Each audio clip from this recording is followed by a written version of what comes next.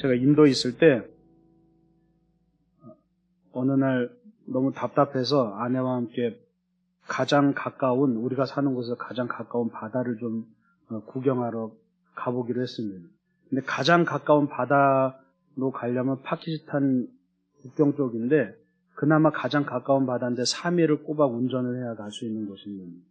그래서 3일 동안 이제 아침에 새벽에 출발해서 저녁까지 운전하다가 또 숙소에서 자고 또 아침에 일어나서 운전하고 가서 그렇게 3일을 꼬박 갔어요. 근데 중간 정도 가다 보니까 이제 간디의 고향을 지나가게 됐습니다. 그러면서 뭐가 펼쳐지냐 하면 목화밭이 도로 옆으로 끝도 없이 막 펼쳐지는 것을 보게 됐어요. 처음에는 막 장관이죠.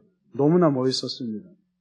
그렇게 생전 보지도 못한 끝도 없이 정말 끝을 모르는 그런 목화밭이 쭉 펼쳐지는 모습이 너무나 멋있고 아름다웠어요. 그런데 한두 시간 지나가고 5, 6시간, 7, 8시간이 지나가도 그 목화밭이 끝나지가 않는 거예요. 그러니까 처음에 신기하고 장관이던 그런 모습이 어느새 서서히 지겨움으로 바뀌어버리는 거죠. 예. 그리고 계속해서 몇 시간이 지나도 끝나지 않던 목화밭이 결국엔 바닷가에 다다르니까 끝나더라고요. 참 그걸 보면서 처음에는 그 똑같은 장면인데 처음에는 그 장면이 시작되면서 정말 신기하고 정말 장관이고 정말 새롭고 그런 마음에 참 깜짝깜짝 놀라는 그런 마음, 그런 신선한 마음을 가지다가 어느새 시간이 쭉 지나면서 똑같은 모습을 보면서 지루함을 느끼고 지겨움을 느끼는 그런 마음들을 내 스스로 발견하면서 우리 신앙도 좀 그런 것 같다는 그런 생각을 많이 해봅니다.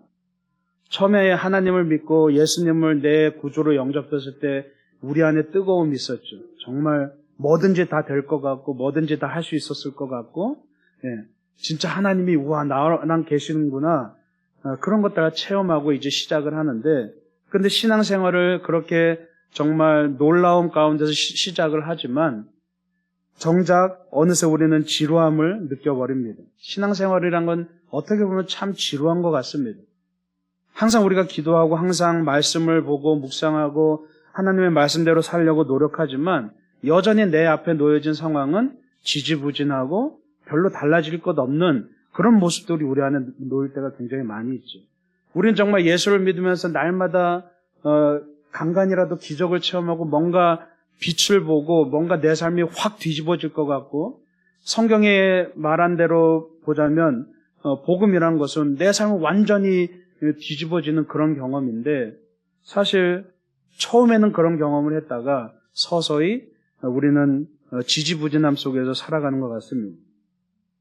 그러다 보니까 마치 오늘 제목처럼 터널을 지나가는 것 같은 빛이 보이지 않는 터널을 그냥 한없이 지겨운 가운데 지나가는 것 같은 그런 두려움에 휩싸일 때도 참 많이 있죠.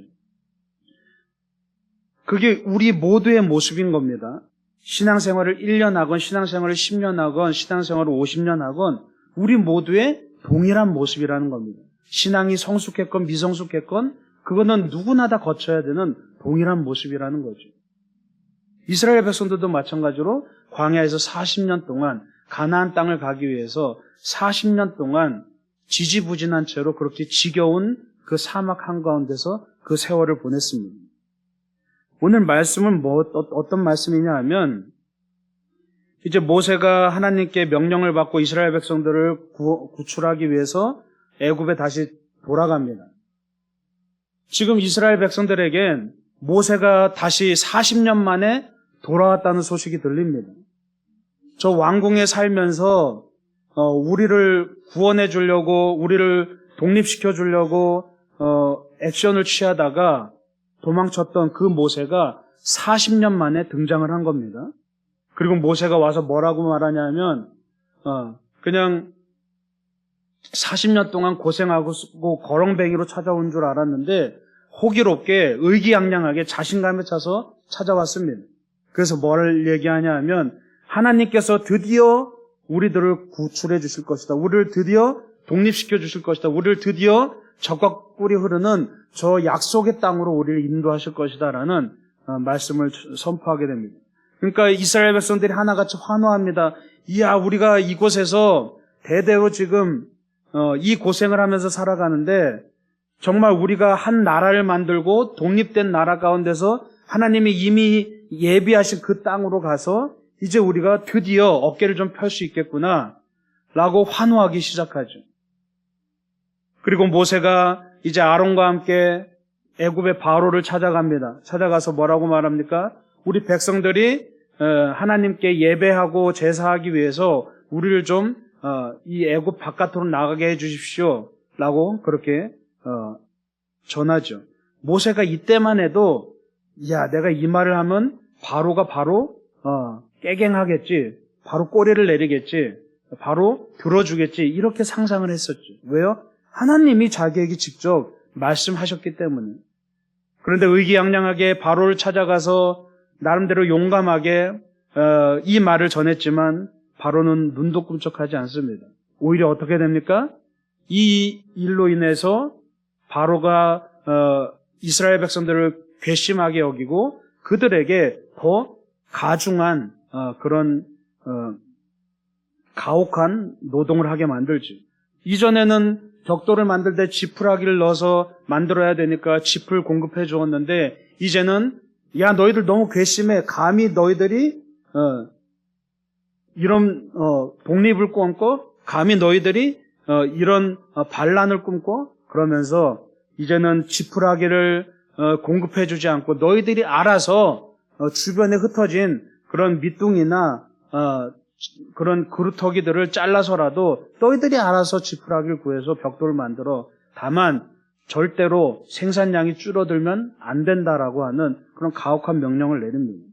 이 말을 듣고 이제 이스라엘 백성들이 정말 모세가 와서 그들에게 하나님의 말씀을 전했을 때 하나님을 찬양하고 막 들떠 있다가 오히려 이제 바로가 이 명령을 내리고 나서는 갑자기 또 다시 풀이 죽어서 하나님을 원망하고 모세를 원망하게 되죠. 그리고 모세도 하나님을 원망하게 됩니다. 모세는 분명히 하나님께서 백성들을 구출하실 것이란 그 약속을 믿었던 사람입니다. 그래서 자신 있게 이스라엘 백성들에게도 자신 있게 선포하고 바로에게도 정말 나름대로 목숨을 걸고 찾아간 겁니다. 그런데 막상 벌어진 상황은 어떻습니까? 하나님은 전혀 개입하시지 않습니다. 바로 얼마 전에 하나님은 자기에게 정말 놀라운 모습으로 나타나셔서 내가 너희들을 구원해 줄 것이다라고 그렇게 분명하게 말씀하셨는데 지금 이 순간 하나님은 절대 개입하지 않으시죠. 마치 자기를 놀리는 것처럼, 마치 골탕 먹이는 것처럼 정말 중요한 이 순간 그렇게 말씀하셨으면 내가 바로 앞에 서 있을 때 하나님은 뭔가 거기 나타나셔서 놀라운 일을 행하셔야 되는데 하나님은 전혀 개입하지 않으십니다. 그래서 모세는 하나님을 원망합니다. 그런데 우리가 잘 알듯이 하나님은 하나님만의 계획이 있었습니다. 그리고 그 계획대로 이루어지기 위해서 하나님만의 때와 하나님만의 시간이 필요하셨었죠. 하나님은 바로가 하나님을 깨달아 알기를 원했습니다. 요즘에 에스겔을 우리가 묵상하면서 계속해서 나오는 말씀이 뭡니까? 내가 하나님인 것을 알게 하겠다라고 계속해서 반복해서 말씀하고 있습니다. 에스겔뿐만 아니라 수많은 선지서에서도 하나님이 뭐라고 반복적으로 말씀하시냐 하면 내가 하나님인 것을 알게 하리라라고 말씀하고 있습니다. 하나님이 원하시는 것은 그거죠. 하나님의 뜻은 세상에 하나님을 모르는 많은 사람들이 하나님을 알게끔 하시길 원하시는 것이 하나님의 뜻이란 겁니다. 그래서 하나님의 역사를 이루어 가시는 분입니다. 근데 우리는 그 뜻을 잘 알지 못하죠. 그냥 내가 하나님을 알면 그것으로 족한 겁니다. 그래서 하나님은 바로를 통해서 바로가 하나님을 깨달기를 원하셨고 또 애굽의 수많은 그 민족들도 하나님을 깨닫기를 원하셨습니다. 그래서 하나님의 때와 하나님의 시간이 필요하셨습니다. 그런데 하나님의 계획과 뜻을 그들은 알지 못했습니다. 마치 이런 겁니다. 하나님의 뜻이란 것은 공장에서 제품을 찍어내는 것처럼 그냥 모든 것이 척척 이루어지는 것이 하나님의 뜻인 것처럼 착각하죠. 여러분들은 어떻게 생각합니까? 여러분들 신앙생활 하면서 하나님의 뜻인 것은 그냥 척척 다 맞아떨어지고 내가 원하는 대로, 내가 생각한 대로, 내 바름대로 하나님이 다 이루어 주시는 것, 이게 하나님의 뜻이라고 우리는 착각해버립니다. 사실은 그것은 내 뜻인데 내 뜻을 하나님이 이루어 주시면 그게 하나님의 뜻이라고 우리는 착각해버립니다. 그러한 우리들의 조급함이 결국은 하나님을 원망하게 만들죠. 우리가 잘 알듯이 이 말씀 이후에 하나님께서 하나님의 존재를 드러내시고 결국 이스라엘 백성들을 애굽에서 탈출하시도록 만드십니다. 그러나 이스라엘 백성들은 그 전까지 이것을 깨닫지 못했습니다. 모세도 깨닫지 못했습니다. 그래서 하나님을 원망합니다. 그냥 모세도 그렇고 이스라엘 백성들도 그렇고 그냥 하나님이 말씀하셨으면 그대로 이루어지는 줄 그렇게 착각했던 겁니다. 자기들 나름대로의 스케줄을 만들고 자기들 나름대로의 계획을 만들고 하나님이 우리를 탈출시켜 주시겠다고 말씀하셨으니까 이렇게 쉽게 모든 것이 해결되겠지라고 그렇게 생각했던 거죠.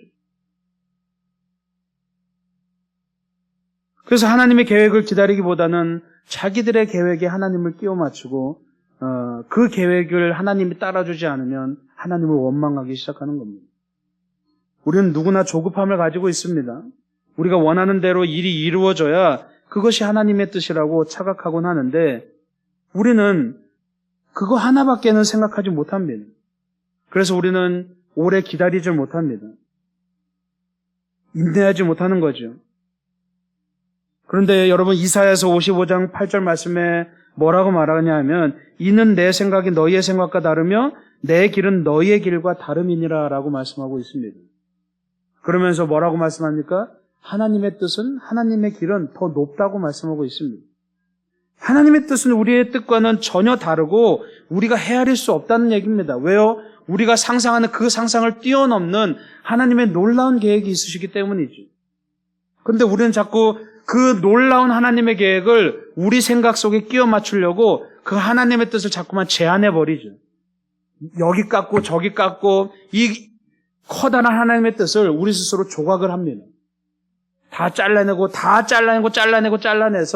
내 조그만 생각과 내 제한된 생각에 하나님의 뜻을 거기다 끼워 맞추고 그래야만 그것이 하나님의 뜻이라고 착각해 버리는 거죠. 근데 우리는 사실 하나님의 뜻을 헤아릴 수 없습니다. 온전히 헤아릴 수 없습니다. 조금은 알 수 있지만 온전히 헤아릴 수 없습니다. 그래서 우리에게 뭐가 필요한 겁니까? 그래서 믿음이 필요한 겁니다. 우리가 믿어야 하는 이유가 뭡니까?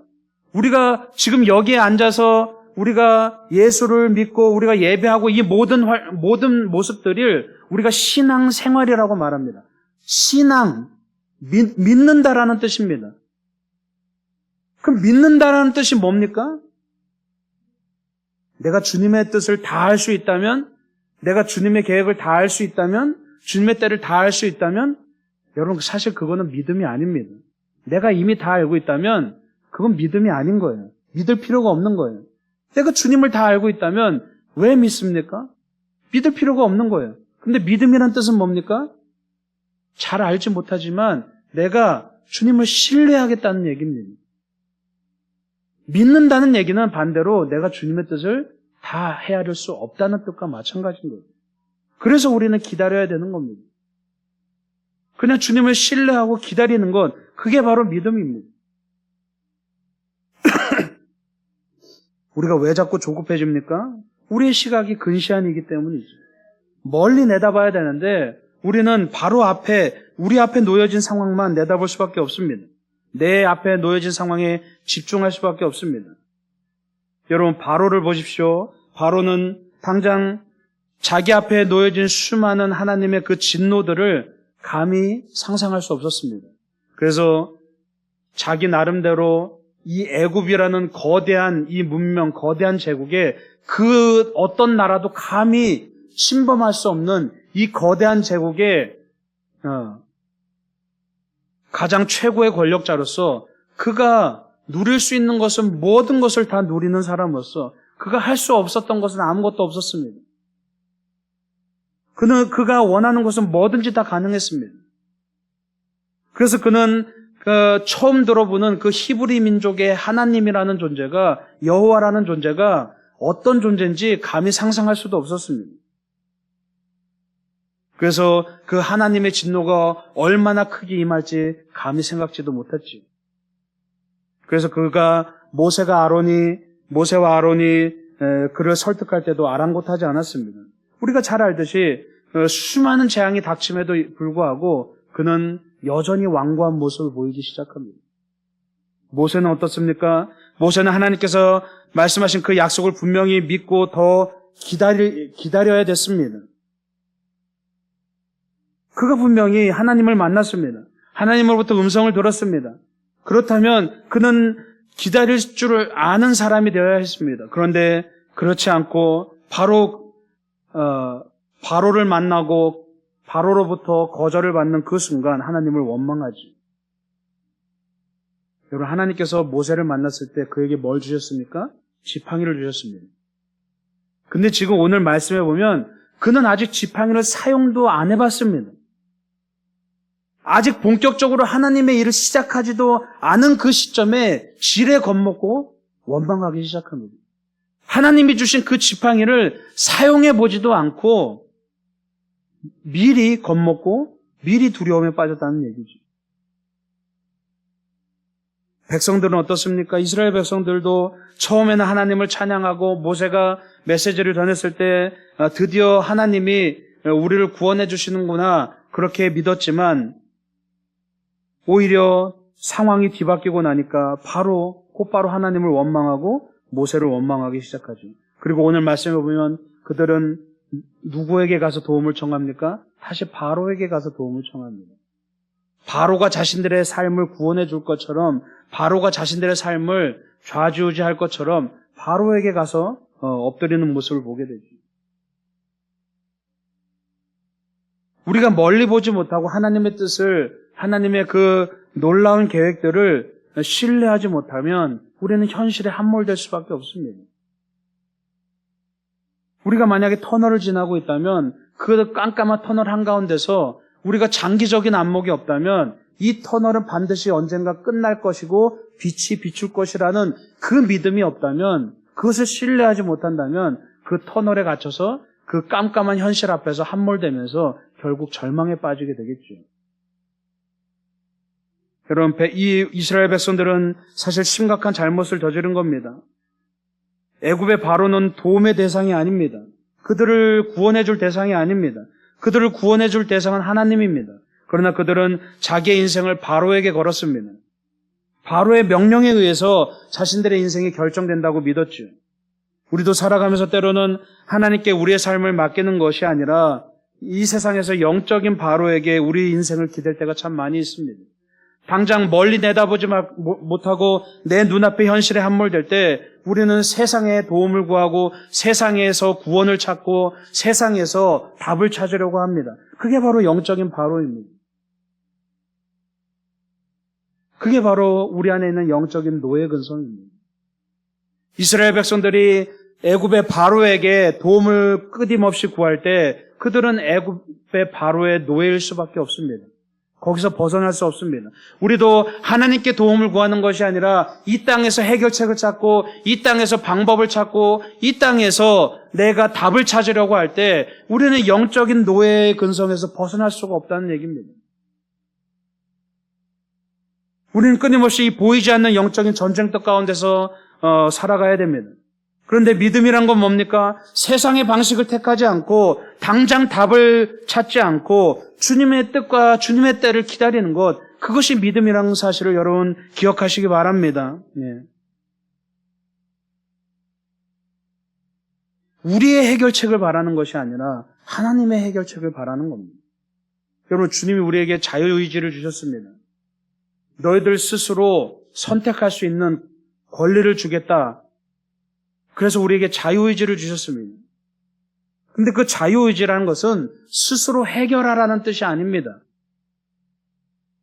스스로 선택가라는 뜻입니다. 어떤 차이가 있습니까? 스스로 도움 없이, 하나님의 도움 없이 스스로 살아라, 스스로 해결하라, 그런 뜻이 아니라 주님의 도움을 구하면서 주님의 방법을 스스로 찾으라는 그런 뜻입니다. 우리 삶에서 하나님께서 가만히 계시는 듯한 그런 순간들이 참 많이 있죠. 도저히 끝나지 않을 것 같은 터널을 지날 때가 많이 있습니다. 하나님이 응답하지 않으실 때가 많이 있습니다. 하나님이 내 삶에 아무런 개입도 안 하실 것 같이 느껴지는 때가 굉장히 많이 있습니다. 그러나 중요한 것은, 우리가 믿어야 될 것은 다른 것이 아니라, 우리가 믿어야 될 것은 하나님이 즉각 우리 삶에 개입하시고 하나님이 즉각 우리에게 정답을 주실 것이다, 이것을 믿는 것이 믿음이 아니라, 믿는다는 뜻은 바로 모든 순간 가운데 하나님은 여전히 우리와 함께 하신다는 것을 믿는 것, 그게 바로 믿음이라는 것을 여러분 기억하시기 바랍니다. 네.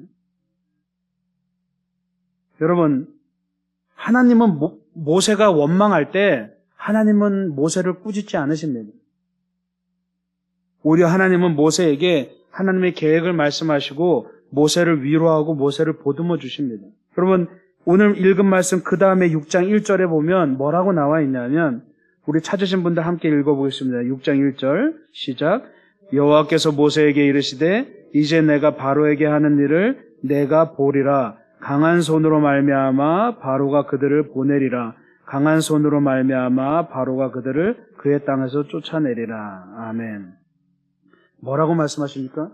너 왜 나를 원망해? 너 방금 전에 날 만났고 내가 분명히 얘기했잖아. 근데 왜 날 원망해? 이렇게 말씀하시는 게 아니라 뭐라고 말씀하시냐 하면, 이제부터 내가 바로에게 하는 일을 네가 볼 거야 라고 말씀하십니다. 이제부터 시작이야 라고 말씀하시는 겁니다. 왜 이제부터 시작입니까? 하나님은 바로에게도 선택권을 주신 겁니다. 바로에게도 기회를 주신 거죠. 그런데 바로가 스스로 그 기회를 걷어찼죠. 그래서 하나님의 역사는 이제부터 시작된다는 겁니다. 모세에게 너 왜 나 원망해? 너 그렇게 믿음이 없어? 그렇게 하신 것이 아니라 하나님은 오히려 모세를 위로하시고 걱정하지 마, 실망하지 마, 이제부터 내가 일을 시작할 거야 라고 그렇게 말씀하시는 겁니다. 여러분, 터널을 지나가다 보면 그냥 깜깜하기만 한 것은 아닙니다. 약하게 옆을 가만히 보면 아주 약하지만 유도등이 있습니다.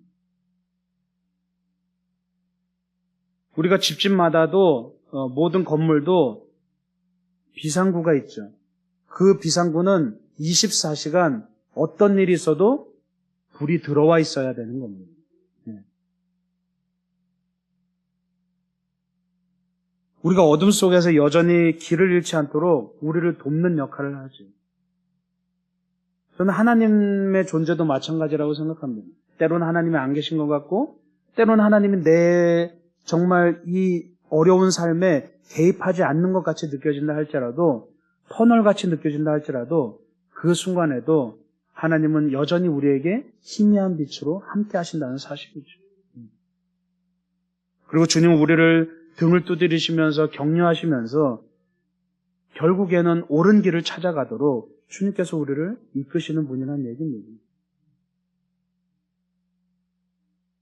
오늘 6장 1절 말씀을 보면 하나님은 마지막 결과만을 한 모세에게 말씀하시죠. 결국에는 뭡니까? 바로가 그들을 보내리라. 결국에는 그들을 그 땅에서 쫓아내리라 라고 말씀하십니다. 뭔 얘기냐 하면, 너는 그 과정을 생각하지 말고 결과를 반드시 붙들라는 얘기입니다. 결국엔 이렇게 될 거야. 네 앞에 놓여진 상황이 참 복잡하지? 내가 너 바로에게 찾아가라 그랬는데 바로는 네 말을 안 듣지? 깜깜하지? 어떻게 해결해야 될지 모르겠지? 그런데 결과만 생각해. 결국에는 이스라엘 백성들은 탈출하게 될 거야. 결국에는 가나안 땅에 가게 될 거야. 그걸 바라보라는 얘기입니다. 여러분, 운전하고 터널을 들어갈 때 뭘 생각합니까? 터널이 1km가 되든 10km가 되든 우리는 분명히 아는 게 있죠. 그 터널은 언젠가 끝이 있다는 것을 압니다. 그 결과를 알기 때문에 그 터널을 우리는 안심하고 지나갈 수 있는 겁니다. 터널 안에서 바로 밑을 내다보면 어둠밖에 없습니다. 어둠의 연속이죠. 그것이 바로 우리의 근시안적인 한계입니다. 그러나 조금만 고개를 들면 터널의 끝을 우리는 희미하게 보게 됩니다. 믿음이란 것은 그런 겁니다. 결국에는 하나님께서 하실 것이라는 것. 결국에는 하나님께서 이루실 것이라는 것. 지금은 어떤지 도저히 내가 이해할 수 없지만, 지금은 아무런 빛도 없고 깜깜한 것 같이 느껴지지만, 지금은 하나님이 침묵하시는 것 같이 느껴지지만, 지금 하나님이 나에게 아무런 개입도 안 하시는 것 같이 느껴지지만, 결국에는 주님의 때에 주님의 뜻대로 이루실 것이라는 것, 그걸 믿는 것, 그게 바로 믿음이라는 것을 여러분 기억하시기 바랍니다. 예. 결국엔 우리가 그 끝을 믿고 따라가면 그 터널이 1km가 되건 10km가 되건 그것은 크게 중요한 건 사실은 아닙니다. 당장 내 눈앞을 바라보면 그 터널의 길이가 중요하죠. 그러나 그 끝을 우리가 분명히 알고 있다면 그 터널의 길이는 별로 중요하지 않습니다. 그 터널이 얼마나 깜깜한지도 별로 중요하지 않습니다. 그래서 우리가 믿는다는 건 뭡니까? 터널을 그냥 빨리 빠져나오려고, 쉽게 빠져나오려고 하는 그런 마음보다는 더 중요한 것은 그 터널의 맨 끝에 비치고 있는 그 빛을 바라보는 것.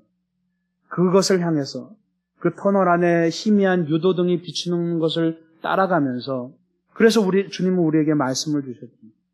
날마다 말씀을 묵상하면서 그 말씀 가운데서 우리가 찾아야 되는 건 뭡니까? 날마다 주어지는 말씀은 다르지만 여러 가지 주제는 있겠지만 그보다 더 깊이 들어가서 말씀의 행간을 읽어야 됩니다. 여러분, 우리가 날마다 읽는 이 말씀들, 날마다 주제가 다르고 내용도 다르고 여러 가지 말씀들이 있습니다. 그런데 여러분이 말씀을 읽을 때 정말 중요한 것은 그 안에 담겨진 행간입니다. 그 안에 깊이 담겨진 말씀, 뭡니까? 그런데 여러분, 날마다 말씀은 다르지만 그 말씀의 결국엔 마지막의 주제는 단 한 가지입니다. 뭡니까? 주님이 우리와 함께 하신다는 사실입니다. 그 유도등을 매일마다 우리는 보고 따라가면서 그냥 따라가다 보면 결국에는 주님께서 주님의 때에 주님께서 이루신다는 사실을 여러분 믿으시기 바랍니다. 신앙은 어떻게 보면 참 무식한 겁니다. 그냥 묵묵히 나잡아 잡서하면서 묵묵히 그냥 가는 겁니다. 오늘 하루 열심히 살고 내일 또 하나님과 열심히 살고 그러다 보면 어느새 주님이 해결해 주시는 것을 그때 경험하게 되는 거죠. 우리는 그것을 기적이라고 말하는 겁니다. 여러분의 삶 가운데 하나님이 안 계신 것 같다면 사실은 그게 바로 믿음인 겁니다. 안 계신 것 같은 그 상황에서 하나님을 신뢰하는 것, 하나님의 음성이 도저히 들리지 않는 그 상황에서 하나님을 바라볼 수 있는 것, 그게 바로 믿음인 겁니다. 그 믿음을 가지고 한 걸음 한 걸음 주님의 뜻을 향해서 걸어가는 그런 여러분들 되시길 간절히 축원합니다. 기도하겠습니다.